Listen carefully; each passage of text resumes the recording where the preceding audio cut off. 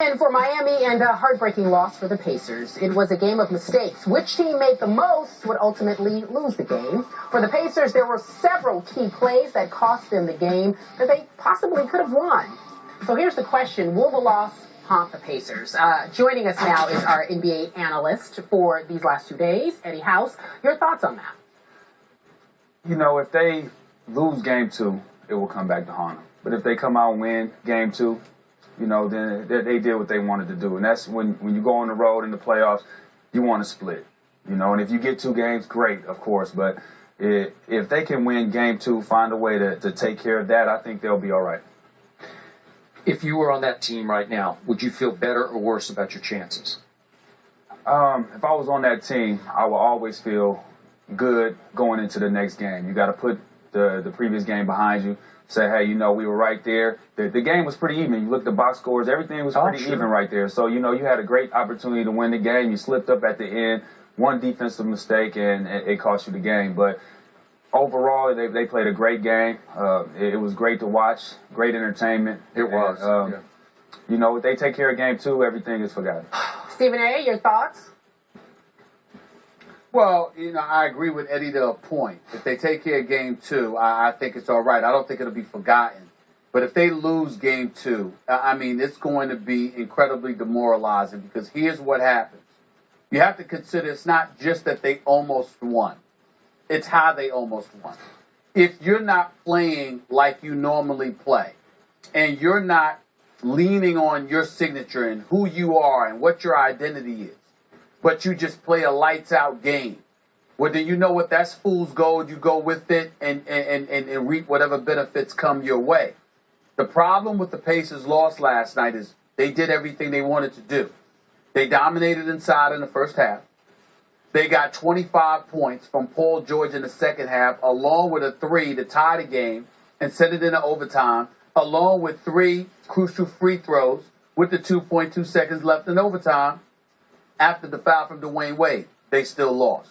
They had an edge in rebounding. They still lost. They dictated pace and made it a slow, methodical, ugly, bruising game. They still lost. You did everything that you are accustomed to doing. You did everything that works for you. And you got 18 points in the first half from a David West, 29 combined from him and Roy Hibbert. You still lost. So the reality is that if you lose game 2, it sends the message that Miami figured you out. And now, where do you go? Because you won, you played your way, hoodwinked them into playing your way. It didn't work. And if it doesn't work in game 2, to me, you know, it's very bad. It's very bad. I don't need to see what happens in game 2 to tell you I believe this loss last night will haunt the Pacers.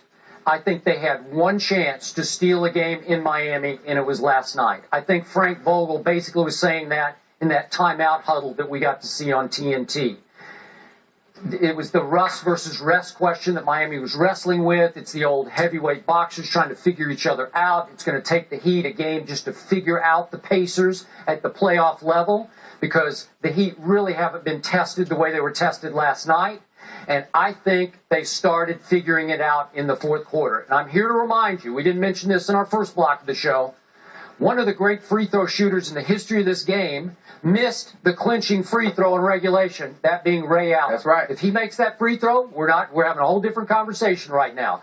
I'm here to also suggest little Norris Cole, tough little defender he is, he stole the ball and had the game and the ball in his hands on the floor, and I don't know how they got the ball away from him, but they did. I thought the game was over at that point.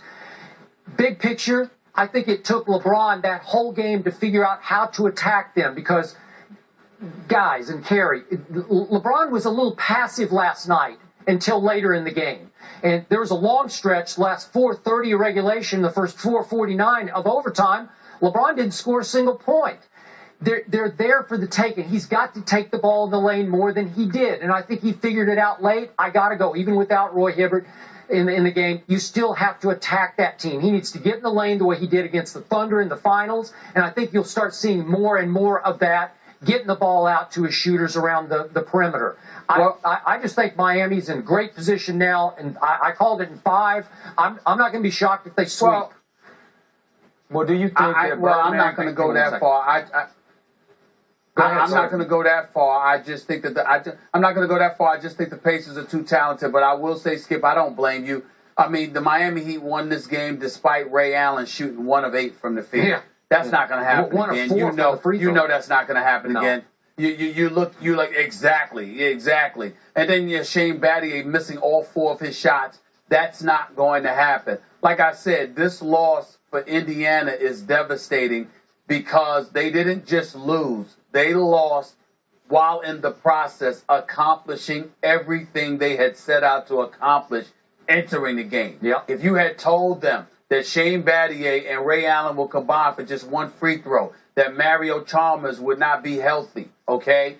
That all of that stuff that happened, that this pace of a game would be dictated by them, that their big boys would be able to dominate the way that they did, and that they'd still lose, they would have called you a liar. So the fact that they lost this game despite all of that looks very, very bad. And if they lose this series, have a lot of people going to be looking at that game, and life's going to be very, very uncomfortable for Frank Vogel moving forward. Yeah, let me bring back to Eddie here. But to defend the Pacers, I don't think that Chris Anderson, the Birdman, will have another game like that. Really? I don't think he'll go 7 for 7. I don't think he'll have 16 well, points. Maybe not that. Yeah, maybe he might have a couple blocks and rebound the basketball. That's what he does. But giving them 16 points, that was a huge lift for them last night. And I think without them getting that, he definitely lose that game last night. All right. It's interesting that you say that, Eddie, because we are talking about the Birdman a little later on in our show. Did Shaq coin that? They started it. I love it. I love it. It's very funny. Anyway, coming up next, LeBron